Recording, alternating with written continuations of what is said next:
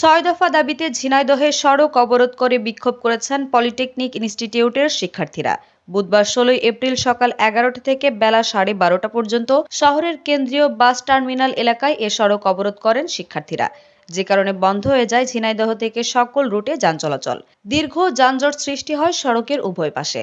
ভোগান্তিতে পড়ে সড়কে চলাচলকারীরা। সে সময় শিক্ষার্থীরা জুনিয়র ইন্সট্রাক্টর পদে ক্রাফট ইন্সট্রাক্টরদের দেওয়া পদোন্নতির রায় হাইকোর্ট অবৈধ উল্লেখ করে তা বাতিলের দাবি জানান। সেই সাথে কারিগরি ও উচ্চশিক্ষা মন্ত্রণালয়ের নামে একটি স্বতন্ত্র মন্ত্রণালয় গঠন, উচ্চশিক্ষার জন্য টেকনিক্যাল বিশ্ববিদ্যালয় প্রতিষ্ঠা, ডিপ্লোমা ইঞ্জিনিয়ারিং কোর্সে যেকোনো বয়সে ভর্তির সুযোগ বাতিল করে বিশ্বের আদলে 4 বছর মেয়াদী মানসম্পন্ন কারিকুলাম নিশ্চিত করা সহ তাদের দেওয়া 6 দফা দাবি বাস্তবায়নের দাবি জানান। পরে প্রশাসনের দেওয়া আশ্বাসে তারা অবরোধ তুলে নিলে যান চলাচল স্বাভাবিক হয়। ডেস্ক নিউজ, দৈনিক রানার।